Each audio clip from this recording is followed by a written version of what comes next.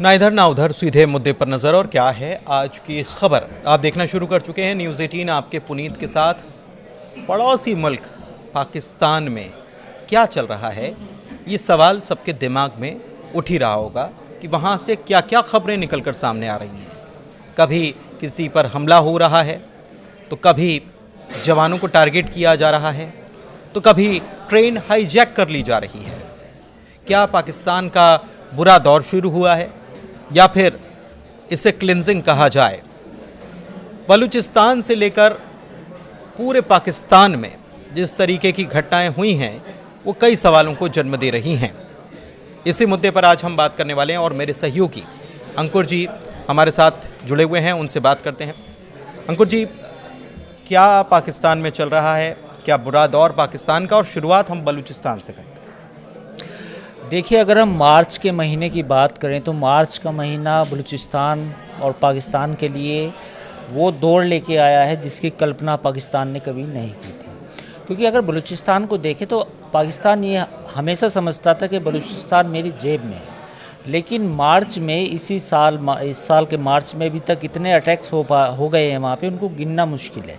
अगर मैं छोटे अटैक्स की भी बात करूं तो वो करीब 50 से ज़्यादा हो चुके हैं।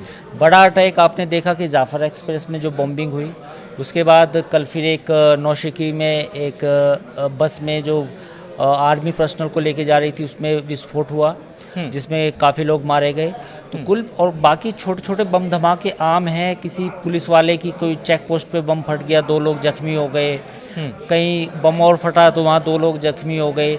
तो अगर इनकी तो कोई गिनती ही नहीं है। तो अगर इस पूरे सिनेरियो को अगर हम देखें तो पूरा बलूचिस्तान में इस समय जो एक तहरीक है, एक जो लहर है आज़ाद होने की, कि हम आज़ाद हो जाएं पाकिस्तान से, और जो वहाँ पे जो वायलेंस चल रही है वो वाकई में हैरान कर देने वाली है। पूरी दुनिया को मुझे लगता है कि इसका अब नोट लेना चाहिए कि पाकिस्तान में आखिर चल क्या रहा है, और जो बलूचिस्तान के जो लोग हैं क्या उन्हें हक मिल पा रहा है उनका या नहीं।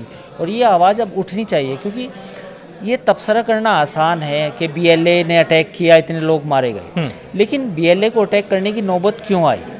तो भारत समेत दुनिया के जो तमाम मुल्क हैं उनके सामने पाकिस्तान का जो एक दूसरा चेहरा है, यानी कि जो वहाँ पे वो एथनिक क्लिनजिंग करता है, वो चेहरा दुनिया के सामने आना चाहिए। वो चेहरा दुनिया के सामने आना चाहिए, लेकिन कुछ और चेहरा भी, एक चेहरा और, क्योंकि कल कुछ न्यूज़ 18 के पास एक्सक्लूसिव वीडियोस हाथ लगे हैं और उसमें ये दिखाई दे रहा है कि पाकिस्तान की आर्मी के लोग जो हैं आतंकियों को ट्रेनिंग दे रहे हैं। देखिए, जो ट्रेनिंग देते हैं, आपने देखा होगा जो DGISPR की जो प्रेस कॉन्फ्रेंस थी जो 3 दिन पहले हुई थी जाफ़र एक्सप्रेस के बॉम्बिंग के बाद, तो उसमें उन्होंने साफ तौर पे कहा था कि the rule of the game has been changed. तो इट मीन्स वो कहना क्या चाह रहे थे, तो कई कई लोगों ने उसे अलग अलग तरह से इंटरप्रेट किया, लेकिन वो कहना ये चाह रहे थे कि अगर आप बलूचिस्तान में गड़बड़ करेंगे, बेसिकली उनका इशारा इंडिया की तरफ था, तो हम कश्मीर में जिहाद शुरू करा देंगे फिर से, यानी कि जो ऑलरेडी वैसे है लेकिन उसकी इंटेंसिटी बढ़ा देंगे।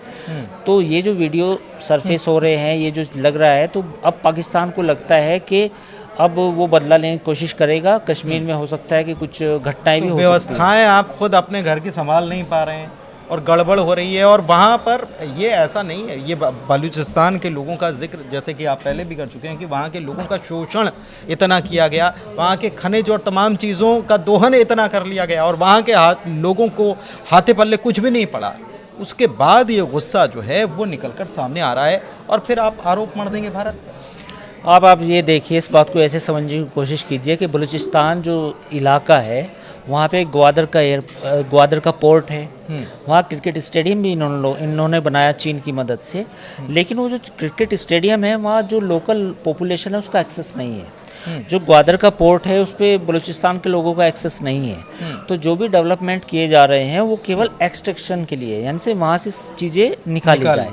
जो बलूचिस्तान का जो पूरा मसला है, जो वो लोग मांग कर रहे हैं इतने सालों से, वो यही तो कह रहे हैं कि हमारा हक दीजिए, जो उनके जेन्युइन राइट्स हैं, जो उनके बुनियादी अधिकार हैं, वो हमें मिलने चाहिए। और वो पाकिस्तान में बेसिकली क्या है कि एक एथनिक क्राइसिस भी है। लोगों को लगता है कि अधिकार क्यों नहीं दे रहे, वो भी तो मुसलमान हैं, लेकिन पाकिस्तान में मुसलमान से पहले वो पंजाबी भी हैं, क्योंकि पूरा पंजाब का जो पूरा प्रोविंस है वो पूरा गवर्न करता है ब्यूरोक्रेसी को, वो पूरा गवर्न करता है आर्मी को। तो उनको लगता है कि बलूचिस्तान की जो गैस है उस पर सबसे पहला अधिकार पंजाब प्रोविंस का है, तो वो पहले अपने पेट भरेंगे, जो बच जाएगा तो तब बाद में देंगे। लेकिन बलूचिस्तान के जो गैरतमंद लोग हैं उनको लगता है कि ये जुल्म जो 70 साल से हो रहा है, जो उन्हें अधिकार नहीं दिए, साफ पीने का पानी नहीं मिला, क्रिकेट स्टेडियम अब क्यों बन रहा है 70 साल बाद, पहले बनना चाहिए था। अगर एज ए कंट्री आप देखते तो अब उनके अधिकार हैं, वो अपने अधिकारों की मांग कर रहे हैं। और ये जो बलूचिस्तान का जो आंदोलन है वो अब जो नई पढ़ी लिखी क्लास है, पहले तो बेसिकली सरदारों के हाथ में था, जो वडेरे थे, कबीले के नेता थे या कुछ सरदार थे अलग अलग ट्राइब्स के। लेकिन अब ये जो ट्राइब से निकल के बाहर आया, अब ये जो पूरा बलूचिस्तान का आंदोलन है वो एक मिडिल क्लास के हाथ में चला गया, यानी कि जो पढ़े लिखे नौजवान हैं, जो मतलब बहुत बड़ा तबका, हम ये कह रहे हैं कि वहाँ का बहुत बड़ा तबका जो मुझे है लगता है कि बिल्कुल जुड़ाव महसूस कर रहा है। अब आप ये समझिए कि जो वहाँ के एक पॉलिटिशियन है अख्तर मेंगल, जो गवर्नमेंट में भी रहे हैं, वहाँ प्रोविंशियल गवर्नमेंट में, उन्होंने एक ट्वीट किया था जब ये जाफर एक्सप्रेस का अटैक हुआ था। उन्होंने कहा था कि इंच इंच ज़मीन बलूचिस्तान की वो पाकिस्तान की कंट्रोल में तो है ही नहीं, कंट्रोल में नहीं है। तो अब आप समझ लीजिए कि पुराना सियासतदान जो ये साफ तौर पे कह रहा है कि इंच इंच ज़मीन अब पाकिस्तान के कंट्रोल में नहीं है, तो इट मीन्स कि सिचुएशन काफ़ी ग्रेव है। लेकिन मैं आपसे ये समझना चाह रहा हूँ कि एक होती है पॉलिटिकल लड़ाई जिसमें आप अपने हकों के लिए राजनीतिक रूप से लड़ते हैं, और दूसरी हथियारों से लड़ाई। तो ये हथियार मुहैया कहाँ से हो रहे हैं? इनके पास इतना पैसा कहाँ से आ रहा है कि इतने बड़े बड़े अटैक प्लान कर दिए जाएं? देखिए, बहुत अच्छा सवाल है। काफ़ी लोगों को लगता है कि शायद इंडिया से ये पैसा जा रहा है सारा, लेकिन वो इतना आसान नहीं है ना, इतना बिल्कुल आसान गेम है कि आपने यहाँ से चेक काटा या ट्रांसफ़र कर दिए पैसे, ऐसा नहीं। लेकिन वो तो रॉ पे सीधे उंगली उठा देते हैं। वो एक्चुअली क्या है कि इसमें मैं बॉलीवुड मूवी स्टाइल दो तीन चीज़ें बताना चाहूँगा कि पूरा बलूचिस्तान का जो इलाका है वो आधा बलूचिस्तान अफ़गानिस्तान में भी है और आधा बलूचिस्तान, एक तिहाई बलूचिस्तान ईरान में भी है। तो ईरान से जो ऑयल की स्मगलिंग होती है, बेसिकली आपको मालूम होगा कि ईरान में जो ऑयल तेल को लेके प्रतिबंध लगे हुए हैं, तो ईरान से जो तेल है वो क्रॉस बॉर्डर होके बलूचिस्तान में आता है और फिर बलूचिस्तान से पाकिस्तान में सप्लाई होता है। वो बेसिकली इलीगल है। तो उसमें जो पूरा जो तेल की इकनॉमी है, अवैध इकनॉमी है, उसे बलूचिस्तान के लोग, जो ये भी लोग हैं जो इसमें भी शामिल हों, शायद BLA में भी हों या गवर्नमेंट में भी हो या सरदार हों, बड़े बड़े लोग हों, वो हैंडल करते हैं। तो उनके पास काफ़ी पैसा है, आया है, नंबर 1। नंबर 2 बात कि हर चीज़ के लिए भारत को ब्लेम करना। भारत ने तो कभी कहा नहीं था कि आप बंगालियों पे अत्याचार करें। बांग्लादेश क्या भारत ने बनवाया? बांग्लादेश इसलिए बना कि आपने उन पे अत्याचार किए, बंगालियों को सेकंड क्लास सिटीजन मांगना, इसलिए 1971 में बांग्लादेश बना। आप बलूचिस्तान में जब आपको ये लगता है कि जो पंजाबी हैं, जो पंजाबी फ़ौज में है, ब्यूरोक्रेसी में, हर जगह वो बैठे हैं, तो वो बलूचिस्तान को जब आप सेकंड क्लास सिटीजन ट्रीट करेंगे तो उनकी गैरत जागेगी, और वो गैरत जागी है। उन्होंने अपने सम्मान के लिए हथियार उठाए हैं। अब इसे ये कह देना कि इंडिया ने कर रहा है, तो मुझे लगता है ये तो बचपना है। कुछ चीज़ें एक साथ हो गई, जैसे हाफिज़ सईद और अबू कताल जा रहे थे, उनके ऊपर हमला भी हो गया। फिर ग्वादर पोर्ट जो है वहाँ पर भी गोलीबारी हुई, शाम तक ये खबर आती है। इस बीच जाफ़र एक्सप्रेस जो है उसको टारगेट किया जाता है। उसके तो डेटा ही सामने नहीं आ रहे हैं कि वहाँ पर कितने आम लोग मारे गए हैं। उस जो पूरी ट्रेन को हाईजैक उन्होंने किया था और उसमें कितने सैनिकों को मार गिराया गया है या कितने सैनिक जो हैं उसमें हलाक हुए, ये सारी चीज़ें निकल कर आ भी नहीं रही हैं। देखिए, 2 चीज़ें हैं। सबसे पहले तो 150 लोग से ज़्यादा लोग मारे गए हैं, उसका कोई डेटा सरकार नहीं दे रही। बलूचिस्तान में उस तरह का एक्सेस भी नहीं है मीडिया का, मीडिया वहाँ पे जा भी नहीं पा रही, और जो पूरा आर्मी है उसने पूरा कार्डन ऑफ कर रखा है उस पूरे एरिया को। तो जो 150 लोग मारे गए हैं, जैसा कहा जा रहा है कि जो ज़्यादातर उसमें 90% फौजी हैं, 90 इवन 100% ही फौजी हैं, यहाँ तक भी बात की जा रही है। तो पाकिस्तान की आर्मी कैसे एक्सेप्ट करेगी कि हम फेल हो गए हैं? तो एक तो बात ये है। BLA ने बाकायदे स्टेटमेंट जारी किए हैं सोशल मीडिया पे, बहुत सारे क्लिप्स जारी किए हैं, बहुत सारे बहुत सारे इंटरव्यू एपी ने और बीबीसी ने भी जारी किए हैं जिसमें उन्होंने बताया है कि इतने इतने लोग मारे गए हैं। तो ये क्लेम करना कि वहाँ पे लोग मारे नहीं गए, केवल 20 लोग मरे, 28 लोग मरे, तो मूर्खतापूर्ण बात है। आज के दौर में जब सोशल मीडिया है, जब इतने सारे सोर्सेज हैं, तो किसी के लिए भी आसान है फैक्ट्स को क्रॉस चेक करना, इसमें कोई बात नहीं है। तो कुल मिला के 150 से ज़्यादा लोग मारे गए हैं उसमें। वो डेटा तो ठीक है, लेकिन साथ में हाफिज सईद और उसका भतीजा, उनके ऊपर भी हमला होता है, उधर जवानों को भी निशाना बनाया जाता है, उनकी गाड़ियों को। बेसिकली क्या है कि जो झेलम में जो अटैक हुआ है, जो हाफिज़ सईद का पे जो आप जिस अटैक की बात कर रहे हैं, हालांकि इसकी पुष्टि नहीं हुई है कि वो हाफिज़ सईद मारे गए हैं या जिंदा हैं, क्योंकि एक खबर ये भी चल रही थी मीडिया में कि हाफिज़ सईद मर चुका है। हाँ, जो उनका भतीजा है उस पर अटैक हुआ है, वो मारे गए हैं, वो खबर कन्फर्म्ड है, क्योंकि वो पाकिस्तान के कई जर्नलिस्ट ने अपने ट्विटर हैंडल पे वो बातें लिखी हैं कि उनका भतीजा जो है वो मारा गया। लेकिन हाफिज़ सईद को लेके अभी भी सस्पेंस है। अब ये अटैक्स की बात करें तो आप ये समझिए कि पूरा पाकिस्तान का जो पूरा सोसाइटी है, जब आप उसमें इतना रेडिकलाइजेशन करेंगे तो उस रेडिकलाइजेशन के कई आयाम होते हैं। कुछ लोग आपसी रंजिश में भी मारे जाएंगे, कुछ लोग इस बात का भी इंतजार करते हैं कि कोई हमें हथियार ही दे दे, हम इन्हें मार दें। तो अब कौन मार रहा है पता नहीं, लेकिन ये है कि जो भी कर रहा है वो अच्छा ही कर रहा है कम से कम, क्योंकि पाकिस्तान जो एक as a state of terrorism पूरी दुनिया में जो इस तरह का आतंक का, तब हम कह सकते हैं उसकी क्लिनजिंग हो रही है क्या नहीं। हाँ, अब सफाया हो रहा है आतंकवाद का। अगर सफाया हो कैसे भी हो, किसी भी रूप में, वो अच्छा है। एक चीज़ मैं कुछ महीनों पहले के घटनाक्रम को हम देखें तो बांग्लादेश में जो कुछ हुआ और बांग्लादेश में सत्ता पलट भी हो गया, उसके बाद वहाँ पर हिंदुओं पर अत्याचार, और बांग्लादेश की छवि कभी ऐसी रही नहीं कि वो बिल्कुल कट्टर मुस्लिम मुल्क, और वहाँ पर छवि ऐसी बनाने की कोशिश की गई। और कहीं ना कहीं ये बात सामने आई कि इसमें पाकिस्तान से आईएसआई भी मदद कर रहा था और टारगेट किया जा रहा था। वहाँ पर जिसने बांग्लादेश को आज़ाद कराया, उनकी मूर्तियाँ तोड़ी गई, पूरे परिवार पर पहले भी अटैक हो चुका है, लेकिन इस बार कुछ ज़्यादा। देखिए, पाकिस्तान ने पूरी दुनिया में क्या चीज़ एक्सपोर्ट की है, आप मुझे सोच के बताइए। जिसका जिक्र हम कर रहे हैं, शायद उसने सॉफ्टवेयर एक्सपोर्ट किया, उसने कोई दवाइयाँ बनाई, उसने कोई वैक्सीन बनाई, उसने कोई बड़ी बड़ी कारें बनाई, इलेक्ट्रिक कार बनाई, या कुछ रॉकेट्स बनाए? नहीं। उसने पूरी दुनिया में एक आइडियोलॉजी ऐसी दुनिया को एक्सपोर्ट की जो अपने आप में सेल्फ डिस्ट्रक्टिव है, यानी कि वो आइडियोलॉजी जो दुनिया में तबाही मचाती है। तो अब बांग्लादेश और जमात, जो बांग्लादेश में एक जो पॉलिटिकल पार्टी है रिलीजियस जमात इस्लामी और आईएसआई, ये काफ़ी दिनों से, करीब 10-15 सालों से इनका रिश्ता जो है काफ़ी मजबूत हो चुका है। तो बांग्लादेश में जो एक तबका ऐसा इन्होंने पैदा कर दिया है जो रेडिकल इस्लाम को फॉलो करता है, जो चाहता है कि बांग्लादेश भी अब उसी रास्ते पे चले जिस रास्ते पे पाकिस्तान चला है।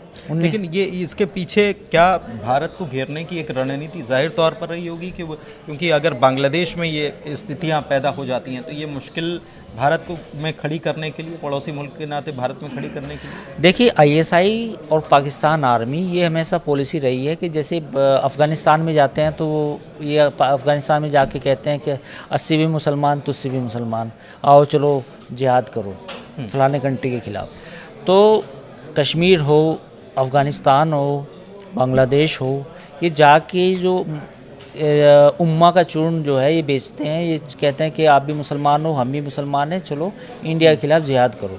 तो ये तबका है मौजूद और ये इनकी पॉलिसी रही है, ये आइडियोलॉजिकली इनकी डॉक्ट्रिन है कि हमें इंडिया के ख़िलाफ़, इंडिया को घेरने के लिए जो भी मिलेगा, चाहे वो अफ़गानिस्तान में तालिबान मिले, हालांकि वो भी इन्हें नहीं मिल रहे, इनकी धुलाई कर रहे हैं, कश्मीर में मिले कुछ एलिमेंट्स और बांग्लादेश में मिले या कहीं भी मिले, तो इंडिया के खिलाफ़ तो किसी से भी हाथ मिलाएंगे, किसी से भी हाथ मिलाएंगे। मैं वही आपसे एक सवाल ये भी, चूँकि आपने कहा कि मुस्लिम 80 भी मुस्लिम तुसी भी मुस्लिम, तो ये जब बात वो करते हैं अफ़गानिस्तान से उनके रिश्ते, हम बीते दिनों से हम देख रहे हैं कि लगातार बिगड़ते चले जा रहे हैं। अटैक कर दिया था ये बिल्कुल अच्छा सवाल पूछा, लेकिन दुनिया ऐसे नहीं चलती कि 80 भी मुसलमान तुझसे भी मुसलमान तो क्या हम जिहाद कर दें। नहीं, हर व्यक्ति के अपने भी मफाद होते हैं, अपने भी इंटरेस्ट होते हैं, हर कंट्री के होते हैं, हर रिजीम के होते हैं।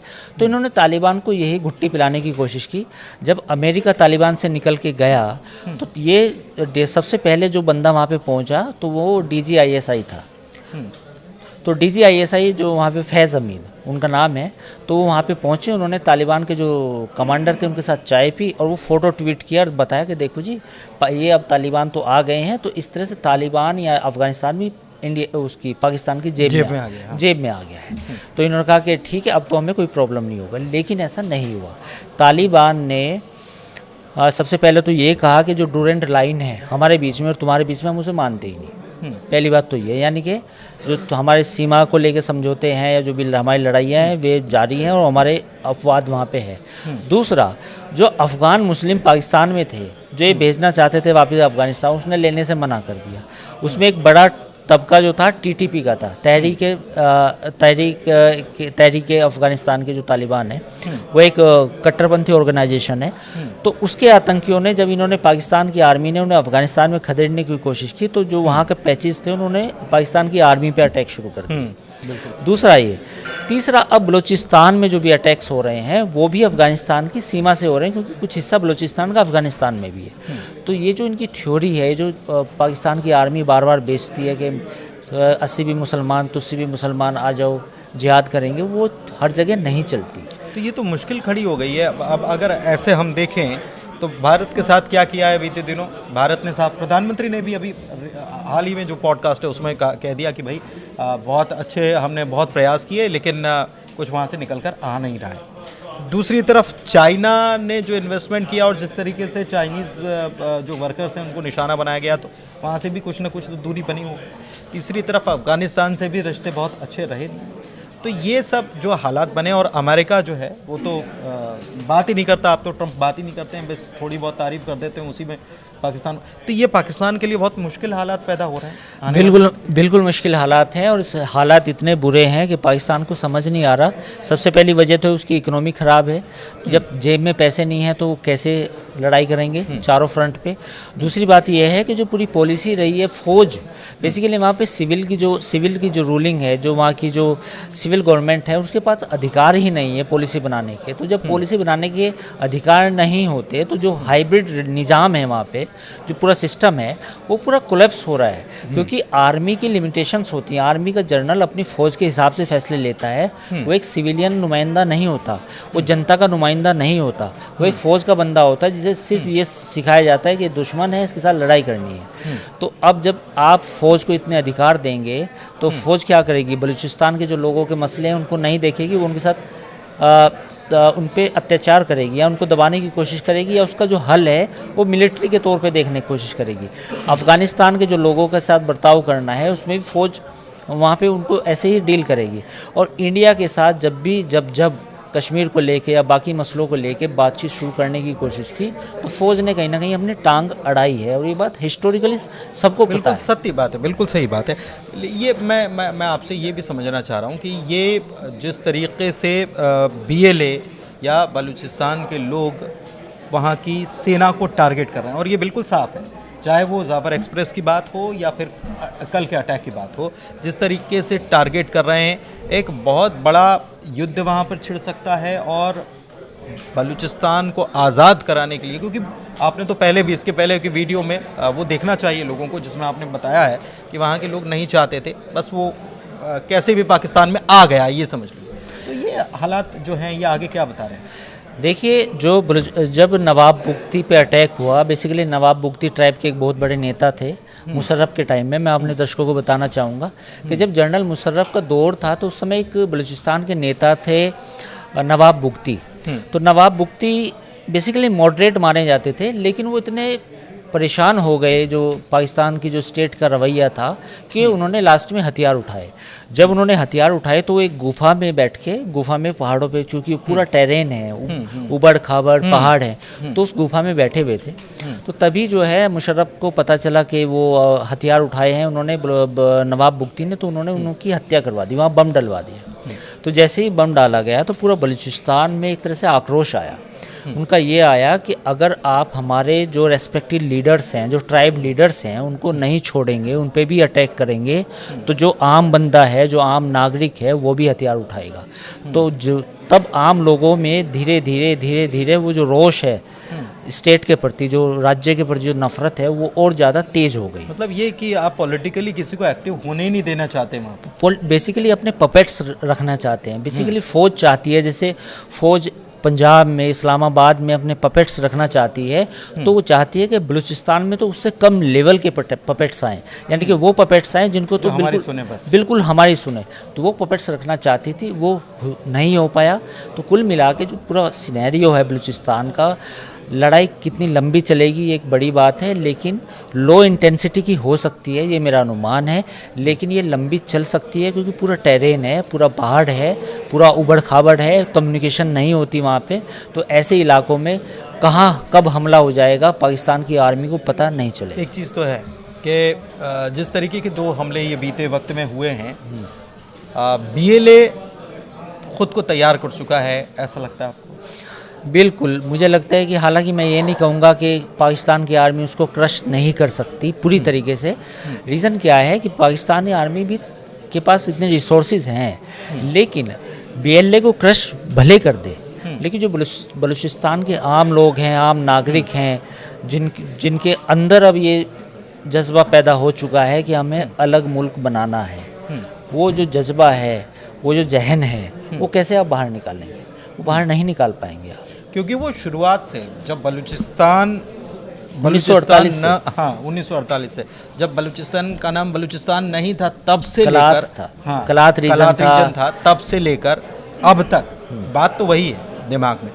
इस पर हम विस्तार से अगले वीडियो में चर्चा करने वाले हैं कि क्या जिन्ना चाहते थे कि इस कलात रीजन को पाकिस्तान में शामिल किया जाए, अगर नहीं चाहते थे तो उसके कारण क्या थे, इस पर हम बात करेंगे अगले वीडियो में। फ़िलहाल आज की इस वीडियो में इतना ही। दीजिए इजाज़त। कैसा वीडियो लगा ये ज़रूर बताइए कमेंट के ज़रिए। हमारे वीडियो को लाइक कीजिए, शेयर कीजिए, चैनल सब्सक्राइब कीजिए। धन्यवाद।